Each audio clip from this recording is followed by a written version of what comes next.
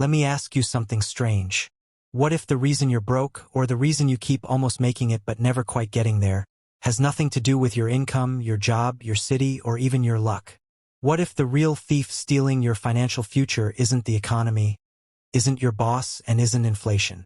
What if it's something living inside your own head, something you've never once thought to question? That's what this video is about. And I promise you, by the time we reach the end, you will never look at your money decisions the same way again. Here's a puzzle for you. 2 people.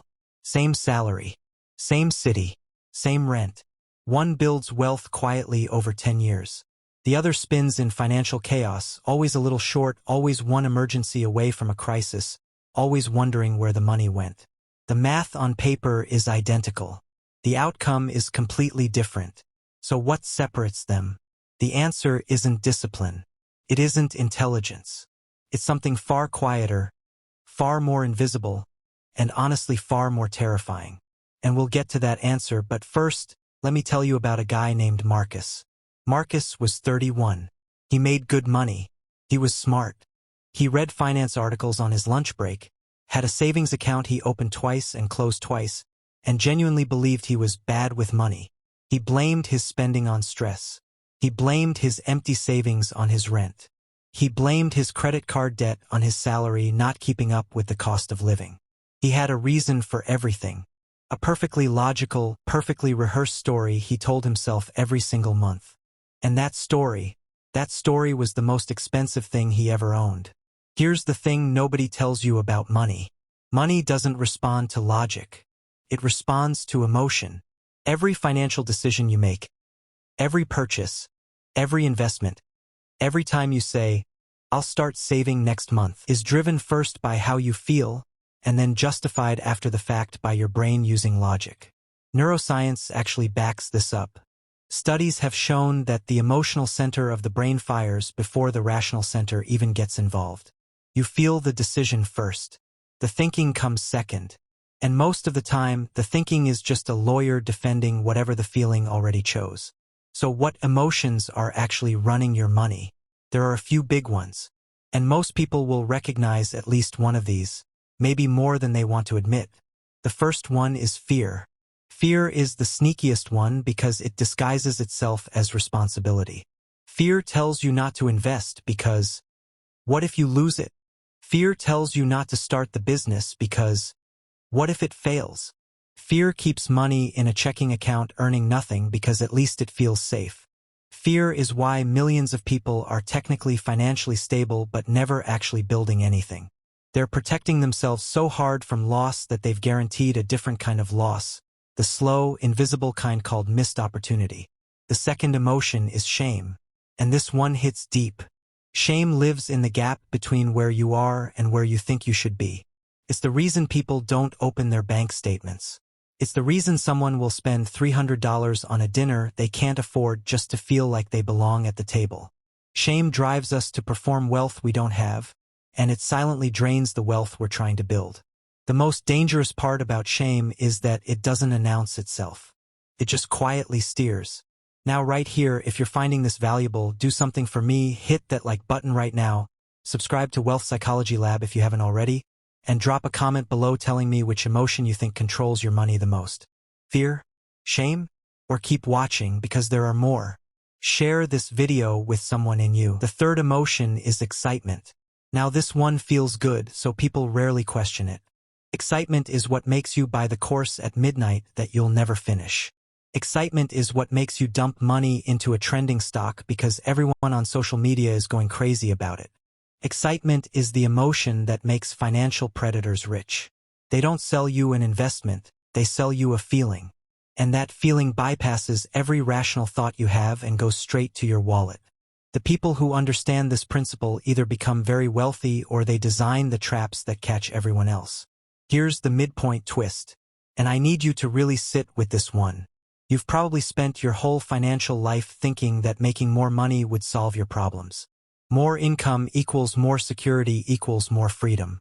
But here's what actually happens to most people when their income goes up. Their spending goes up at the same rate, sometimes faster. This isn't laziness. This isn't stupidity. It's a psychological principle called lifestyle inflation, and it's powered entirely by emotion. The emotions that told you, "I deserve this," when you were broke get louder when you have more money to spend. The emotions that drove fear-based decisions don't disappear with a raise. They find new, more expensive ways to express themselves. Here's the puzzle answer I promised you earlier. Remember the two people with the same salary and totally different outcomes? The difference wasn't discipline. It was emotional awareness. The person building wealth quietly had done something rare. They had learned to recognize the emotional signal before it became a financial action. They learned to pause.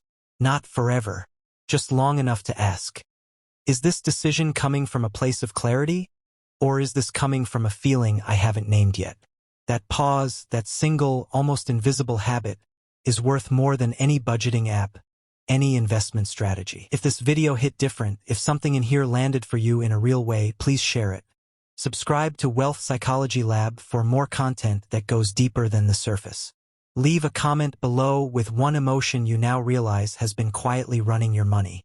And hit the like button if you're finally ready to stop being unconsciously controlled by something you never even thought to examine. Your financial life is not a math problem. It is a mirror. And now you know what to look for. Let me give you a realistic scenario. Imagine two women, both 35, both earning $55,000 a year, both starting to think seriously about their future. The first one, let's call her Diana, never really examines her emotional relationship with money. She saves when she feels motivated, spends when she feels stressed, invests impulsively when she sees something exciting, and pulls back from the market every time it dips because fear takes over. Over 10 years, with the same income, Diana has a little savings, some regret, and a complicated relationship with her bank account. The second woman, let's call her Priya, does something small but radical. She spends 45 days tracking not just her spending but her emotional state when she spends. She starts to see patterns. She notices she shops online when she's anxious. She notices she doesn't transfer money to savings when she feels uncertain about the future. She doesn't become a robot. She becomes aware. And over 10 years, with the exact same income as Diana, Priya has built something real. Something that started growing the moment she stopped being emotionally unconscious about money. Here's the what-if scenario I want you to think about. What if you changed just one thing? Not your income, not your budget, just one emotional habit. What if every single time you were about to make a purchase over $100, you waited 24 hours? That's it. Not forever.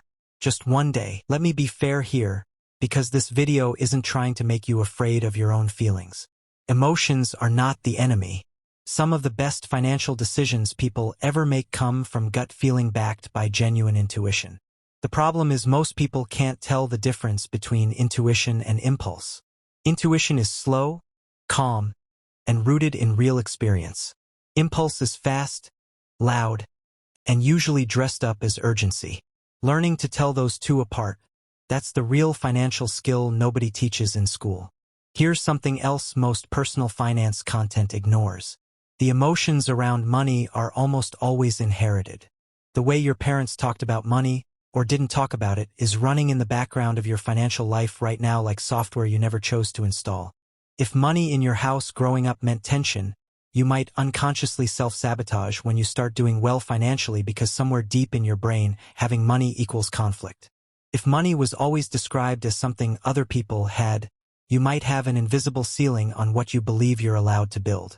This isn't therapy talk. This is practical. Because you cannot change a program you don't know is running. And now we reach the universal lesson. The one that goes beyond money, beyond budgets, beyond investing. Here it is. Every area of your life where you feel stuck, whether that's your finances, your health, your relationships, your career, there is an emotion underneath the behavior you keep repeating. You are not a rational creature who occasionally gets emotional. You are an emotional creature who occasionally gets rational. And the moment you accept that, truly accept it, everything changes. You stop trying to outlogic yourself. You start working with your emotional nature instead of pretending it isn't there. You stop setting goals that only make sense on paper and start building systems that actually fit how you feel. And now we reach the universal lesson. The one that goes beyond money, beyond budgets, beyond investing. Here it is. Every area of your life where you feel stuck, whether that's your finances, your health, your relationships, your career, there is an emotion underneath the behavior you keep repeating. You are not a rational creature who occasionally gets emotional. You are an emotional creature who occasionally gets rational. And the moment you accept that, truly accept it, everything changes. You stop trying to outlogic yourself. You start working with your emotional nature instead of pretending it isn't there. You stop setting goals that only make sense on paper and start building systems that actually fit how you feel. Marcus, by the way, the guy from the beginning of this video, eventually figured this out. Not from a book. Not from a course. He figured it out the day he sat down and tried to remember the emotional state he was in every time he made a money mistake. And he saw the pattern immediately. Every single time. It was always the same feeling first. Once he saw it, he couldn't unsee it. And from that day forward, that feeling became a signal instead of a command. He didn't become perfect. He became aware. And awareness, in money, in life, in everything, is where real change actually starts.